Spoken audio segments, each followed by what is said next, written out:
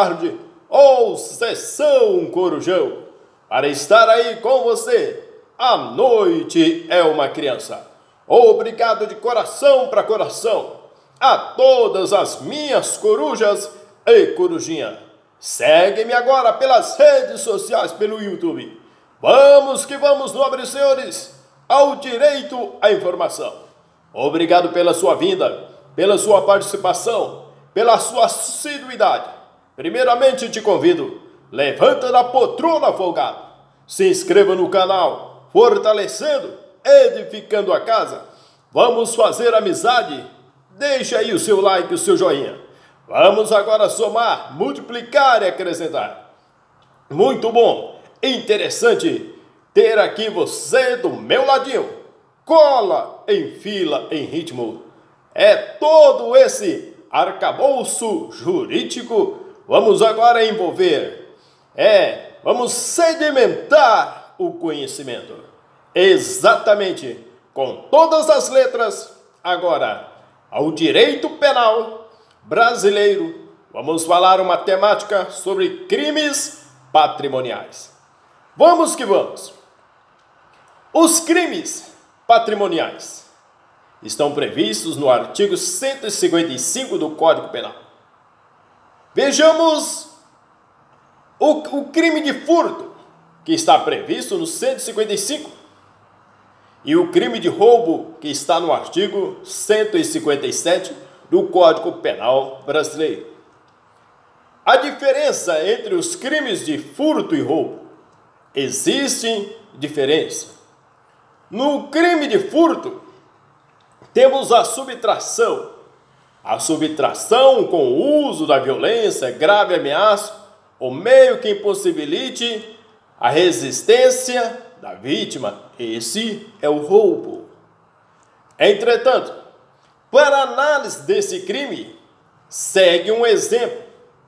Duas mulheres vão à casa de um homem, a convite deste. Chegando lá, o homem vai até o banheiro e, ao fechar a porta, as duas mulheres conseguem trancá-lo. Feito isso, ela subtrai vários pertences do homem que estão dentro da casa e vão embora. Perceba que esse exemplo trata-se da hipótese de roubo e não de furto, como muitos podem pensar. Vejamos sobre o que dispõe o artigo 157. Roubo: subtrair coisa móvel alheia para si ou para outro, mediante grave ameaça ou violência à pessoa, ou depois de havê-la por qualquer meio, reduzindo a impossibilidade de resistência.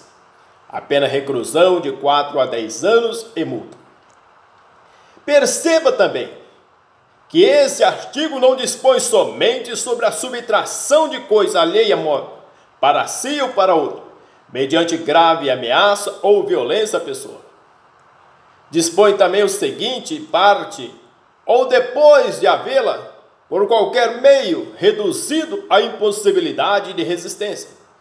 Desta maneira, esta é a terceira forma de haver o roubo, que é o que ocorreu no exemplo anterior, quando foi dito que as duas mulheres trancaram o homem dentro do banheiro para fazer a subtração dos pertences, havendo, portanto, a impossibilidade de resistência ao roubo.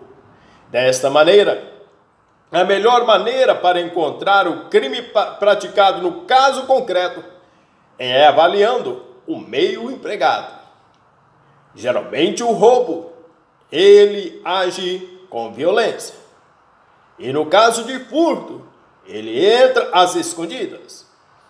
Pois se o agente, para subtrair a coisa alheia, agiu mediante violência, ou grave ameaça, ou até mesmo impossibilitou a vítima de resistir, será um caso de crime de roubo.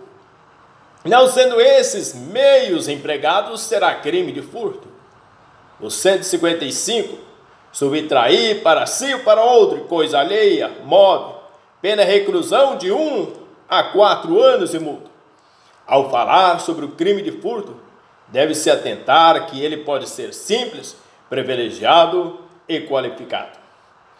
Entretanto, Senhor, conforme observa-se o parágrafo 2º do artigo 155 do Código Penal, prevê o furto privilegiado que dispõe acerca do furto privilegiado. Se o criminoso é primário e é de pequeno valor a coisa furtada, o juiz pode substituir a pena de reclusão pela de detenção, diminuí-la de 1 a 2 terços ou aplicar somente a pena de multa. Entretanto, exige requisitos a primariedade do criminoso e o pequeno valor da coisa furtada. Cumulativamente, sem eles não pode ser configurado o crime de furto privilegiado. Já o parágrafo 4º dispõe acerca das qualificadoras. Furto qualificado. A pena é de reclusão de 2 a 8 anos e multa se o crime é cometido no inciso 1, com destruição ou rompimento do obstáculo à subtração da coisa. 2. Com abuso de confiança ou mediante fraude, escalada ou destreza. 3. Com emprego de chave falsa. 4. Mediante concurso de 2 ou mais pessoas. Recentemente foi incluído no Código Penal, no artigo 155, a nova forma qualificadora, o qual dispõe no parágrafo 4º. Esta inclusão se deu pela Lei 13.654, que entrou em vigor em 24/4/2018. No artigo 155, no parágrafo 4º, a pena é reclusão de 4 a 10 anos e multa, se houver emprego de explosivo ou de artefato análogo que cause perigo comum, incluído aí pela 13.654 de 2018. Atenção! Trata-se de um novatio legis imperjus, ou seja, nova lei maléfica. Desta maneira, como a lei maléfica não retroage, esta lei só será aplicada para os crimes praticados a partir do dia 24/4/2018. Trata também que foi incluído aí no parágrafo 7º. Vejamos o seguinte entendimento. No parágrafo 7º, a pena é de reclusão de 4 a 10 anos e multa se a subtração for das substâncias explosivas ou de acessórios que, conjunta ou isoladamente, possibilite sua fabricação, montagem ou emprego, incluído pela 13.654. Assim, atualmente, tem também como qualificadora o parágrafo 4º e o 7º, haja visto a alteração feita pela lei. Furto privilegiado. Conforme abordado, o crime de furto é dividido na modalidades de furto simples, furto privilegiado e furto qualificado. O furto privilegiado, no parágrafo 2º do artigo 155. Se o criminoso é primário e de pequeno valor a coisa furtada, o juiz pode substituir a pena de reclusão pela de detenção, diminuí-la de 1 a 2 terços ou aplicar somente a pena de multa. Perceba que os dois requisitos para que seja configurado o crime de furto privilegiado, quais sejam a primariedade do criminoso e o pequeno valor da coisa furtada. Em relação à primariedade, significa dizer que o criminoso não pode ter reincidência, porém não há problema ter maus antecedentes. Cabe salientar que o furto privilegiado não se confunde com a aplicação do princípio da insignificância. O princípio da insignificância faz com que o crime desapareça do caso concreto. Temos também o princípio da insignificância, como também os crimes de bagatela. Temos os crimes de uso também. Vai depender de quais circunstâncias, se é bagatela, se é insignificante ou se é crime de uso, aquele famoso que tomou emprestado e devolveu depois. Entretanto, senhores, o princípio da insignificância faz com que o crime desapareça do caso concreto, pois o fato possa ser materialmente atípico. Atenta-se que, diferentemente do fato atípico, furto privilegiado é o crime, porém, com uma pena mais branda. O que seria pequeno valor do furto privilegiado? O STJ no HC, na aplicação do furto privilegiado, o salário mínimo vigente à época dos fatos vem sendo, claro, utilizado como parâmetro para se atribuir à coisa furtada, eu diria, aplicabilidade de pequeno valor. Porém, não se trata aqui de critério absoluto. Deve ser considerado, juntamente com as demais circunstâncias dos delitos em causa, o valor furtado, equivalente a um salário mínimo vigente à época dos fatos, era proveniente da aposentadoria da vítima e ainda representa toda a quantia existente na conta bancária, o que demonstra elevada reprobabilidade da conduta, em consequência a impossibilidade de reconhecimento do furto privilegiado. Entre esses temos também o furto famérico, que aquela pessoa que furta é para aquisição de remédios ou para uma lata de leite no supermercado ou um cobertor para cobrir os seus filhos. Vai depender das circunstâncias para configurar o furto famérico, porque doravante que essa pessoa não esteja empregada. Esta é o entendimento majoritário. O salário mínimo pode até ser utilizado como parâmetro para a configuração do furto privilegiado. No entanto, a jurisprudência atual não vê isso como suficiente, pois se a situação demonstrar uma alta reprobabilidade, deverá o que ser afastada a hipótese de furto privilegiado. O exemplo de aplicação do princípio da insignificância é quando o agente subtrai R$10 da carteira da vítima, o qual continha um montante de 1.010. Desta maneira, pelo princípio da insignificância, esse caso seria uma hipótese de fato atípico. Dessa forma, a primeira verificação é pelo cabimento do princípio da insignificância com a alegação de seus requisitos. Conduta minimamente ofensiva. É reduzido o grau de reprobabilidade do comportamento, ausência de risco social, lesão inexpressiva para a vítima. Atente-se que, para que haja crime de furto, é fundamental a existência do ânimos, o que quer dizer que age, quer agir como se dono da coisa fosse. Desta maneira, o chamado furto de uso é também um fato atípico. É o caso do agente subtrair a coisa alheia somente com o intuito de utilizá-la e depois devolver ao dono da coisa, ou seja, sem ter a intenção de tomar a coisa para si. No entanto, se o agente tem a intenção de se tornar dono da coisa e só depois, por si, ressaca moral, decide devolver ou pertence à vítima, haverá crime e será aplicado o artigo 16 do Código Penal, arrependimento posterior. Lembrando que o arrependimento posterior é a causa de diminuição de pena, o qual é considerado a terceira fase da dosimetria da pena. Entretanto, senhor, o princípio da insignificância conduz ao que a tipicidade material do fato, furto privilegiado, conduz a uma responsabilidade penal menos gravosa. Em relação ao furto qualificado, no parágrafo 4º, a pena é de reclusão de 2 a 8 anos e multa se o crime é cometido, inciso 1, com destruição ou rompimento de obstáculo à subtração da coisa. 2, com abuso de confiança ou mediante fraude, escalada ou destreza. 3º, com emprego de chave falsa. 4º, mediante concurso de 2 ou mais pessoas.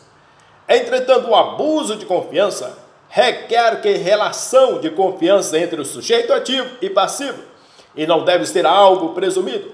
Sendo assim, a questão precisa dizer expressamente que a vítima depositava confiança no autor do crime. Isso precisa estar claro na questão.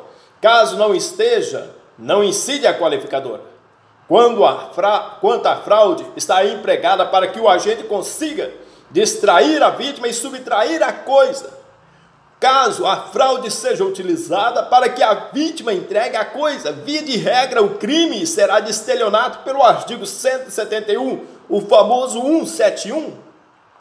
A escalada é qualquer meio de ingresso anormal que exige um esforço sobrenatural do agente. Logo, cavar um túnel pode ser uma escalada. Entretanto, senhores, a chave falsa é qualquer coisa para abrir, tem ou não o formato de chave. A cópia de chave verdadeira não configura a qualificadora do emprego de chave falsa, mas pode caracterizar, a depender dos dados da questão, o abuso de confiança. Digamos também uma chave verdadeira que é produzida pelo chaveiro. A diferença entre furto e outros crimes. Compreendida a diferença entre furtos e roubo, é fundamental estabelecer a diferença do crime de furto com os outros crimes. Primeiramente, deve-se ter claro em mente que subtrair não se confunde com deixar de devolver coisa de quem tem posse. Exemplo: Júlio decide visitar seu amigo Carlos. Chegando lá, Júlio se depara com uma coleção de um livro raro, pela qual é apaixonado. Júlio pede emprestado a Carlos um desses volumes, prometendo inclusive entregá-lo na semana seguinte. Depois, emprestado, Júlio resolve não mais devolver o livro. Uma semana depois, Carlos pede a devolução do seu livro a Júlio, e esse afirma que não irá mais devolvê-lo. Perceba que, nesse exemplo, Júlio agiu de boa fé quando pediu que o volume emprestado, sendo assim um pouco lícita, que acabou se convertendo em posse ilícita, quando Júlio, de má fé, resolveu não mais entregar a Carlos. Exemplo, trata aqui de apropriação indébita pelo artigo na cabeça do 168 do Código Penal. Veja, apropriar de coisa alheia move de quem tem a posse ou a detenção. A pena reclusão de 1 a 4 anos sem multa. O aumento de pena pelo parágrafo 1º. A pena é aumentada de 1/3 quando o agente recebeu a coisa. Inciso 1, em depósito necessário. 2, na qualidade de tutor, curador, síndico, liquidário, inventariante, testamentário ou depositário judicial. 3º, em razão do ofício, emprego ou profissão.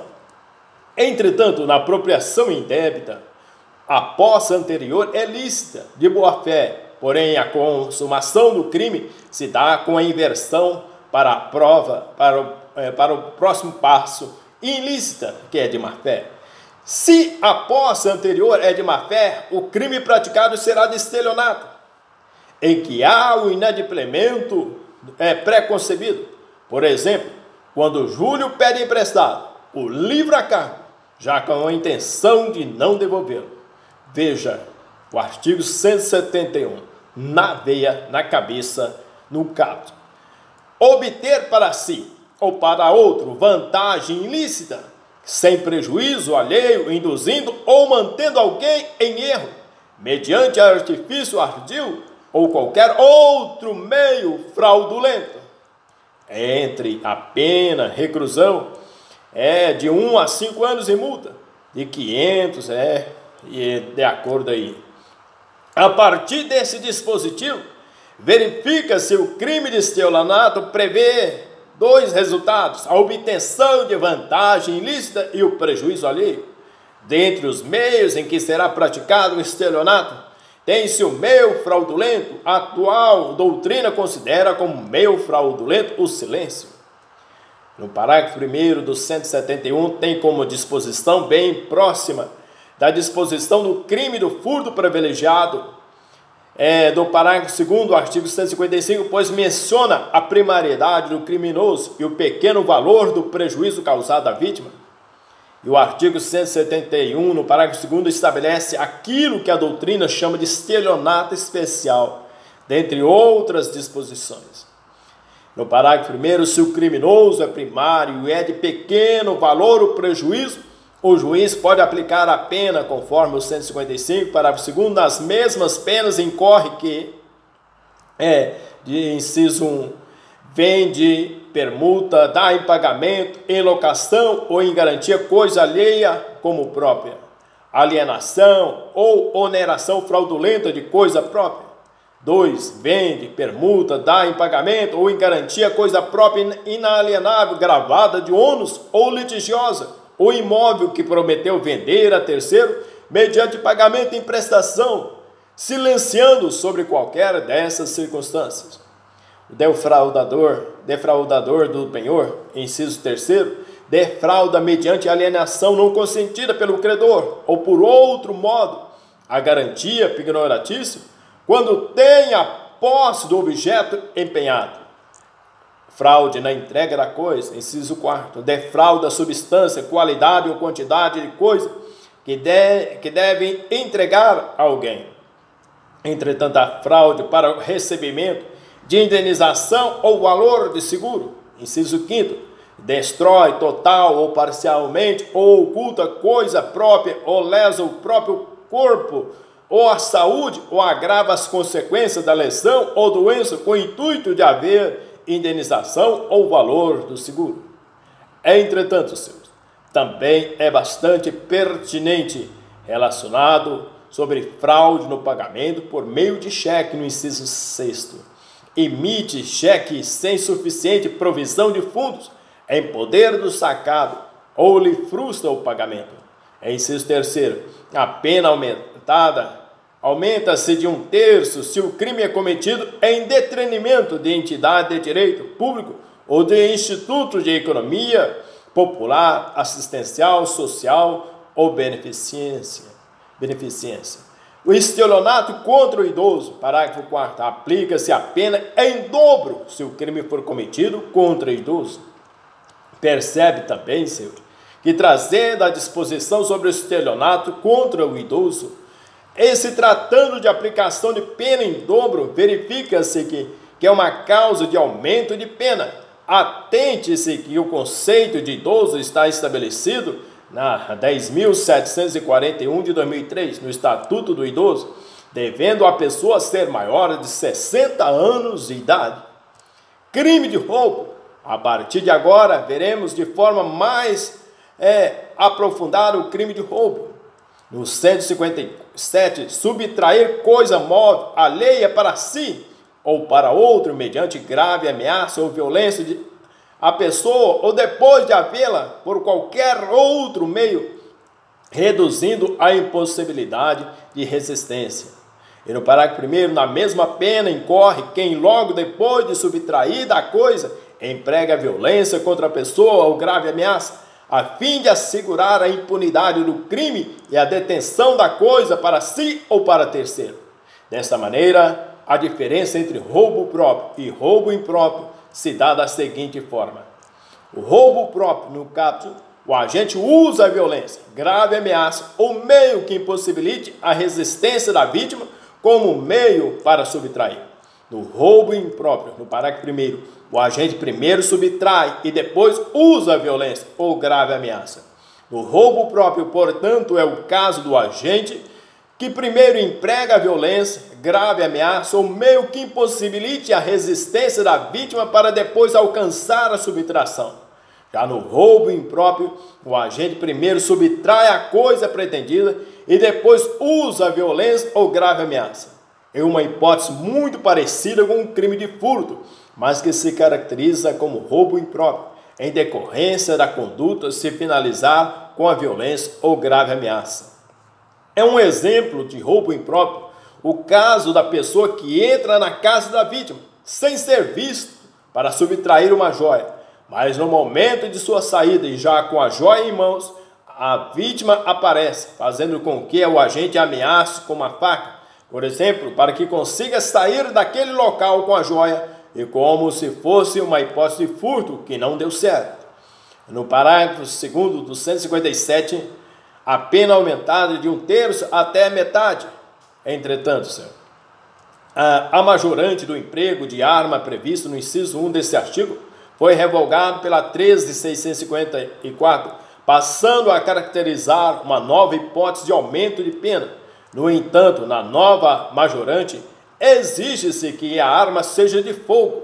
Com isso, nem nesse ponto a alteração foi benéfica. Beneficiou o réu e deve retroagir para alcançar aqueles que tiveram a pena de roubo majorante pelo emprego de outras modalidades. Vejamos, no 157 a pena aumenta-se de 2/3. Inciso 1, se a violência ou ameaça é exercida com emprego de arma de fogo. Terceiro, se a destruição ou rompimento de obstáculo mediante o emprego de explosivo ou de artefato análogo que cause perigo comum. Imagine-se que o agente queira praticar um roubo em uma casa onde mora 2 pessoas. Como a casa tinha uma porta que impedia o fácil acesso, o agente resolveu utilizar explosivos para roubá-la. Empregou a violência contra os moradores e subtraiu as coisas que na casa estavam. Dessa forma, a partir da violência, esta hipótese é de crime de furto, devendo ser aplicada a majorante. Entretanto, ainda deve-se ter o cuidado com o inciso 4, que estabelece como majorante se o agente mantém a vítima em seu poder, restringindo sua liberdade. Nesta hipótese, o agente mantém a vítima em seu poder com a finalidade de garantir o roubo. Exemplo, o agente que, para roubar o carro, leva a vítima de maneira que o alarme não seja acionado, liberando-a 30 minutos depois do roubo. A privação da liberdade da vítima pode impactar também em outros crimes, como é o caso do agente que leva a vítima para um cativeiro no intuito de pedir resgate à família. Nessa hipótese, tem-se que o crime de extorsão mediante sequestro pelo artigo 159 na cabeça. O crime de extorsão mediante sequestro se consuma quando o agente priva a vítima de liberdade no intuito de obter vantagem para si, não sendo necessária a obtenção de vantagem de valor para a configuração do crime. Na extorsão, quem vai praticar o crime precisa da vítima, pois o agente só obtém a vantagem almejada se a vítima praticar alguma conduta. Já no roubo, a conduta da vítima pode até exigir, mas não é imprescindível, como na extorsão. Deve-se compreender a diferença, conhecido como sequestro relâmpago. No sequestro relâmpago, o agente também precisa da vítima para obter a vantagem. É o caso do agente que sequestra a vítima, ainda que momentaneamente, para que ela faça o quê? O saque, o famoso saque do montante desejado por ele. Ou seja, que a vítima foi constrangida e teve a privação de sua liberdade momentaneamente para que o agente obtivesse aí a vantagem. Entretanto, senhor, ele também estabelece que a pena será aumentada de 2/3 se a subtração for de substâncias explosivas ou de acessórios que conjunta ou isoladamente possibilite sua fabricação, montagem ou emprego. Outras qualificadoras do artigo 157, no parágrafo 3º, se da violência resulta, inciso 1, lesão corporal grave, a pena é de reclusão de 7 a 18 anos e multa. Inciso 2, morte, a pena de reclusão de 20 a 30 anos e multa. Até o próximo tópico estaremos aí continuando, dando continuidade acerca dos crimes patrimoniais. Um A de abraço, um F de fortalecimento, um S de saúde para todos vocês. E não se esqueça, amigo, se inscreva no canal, fortalece, dê o seu like, o seu joinha, comenta aí abaixo. Um grande abraço para todos vocês.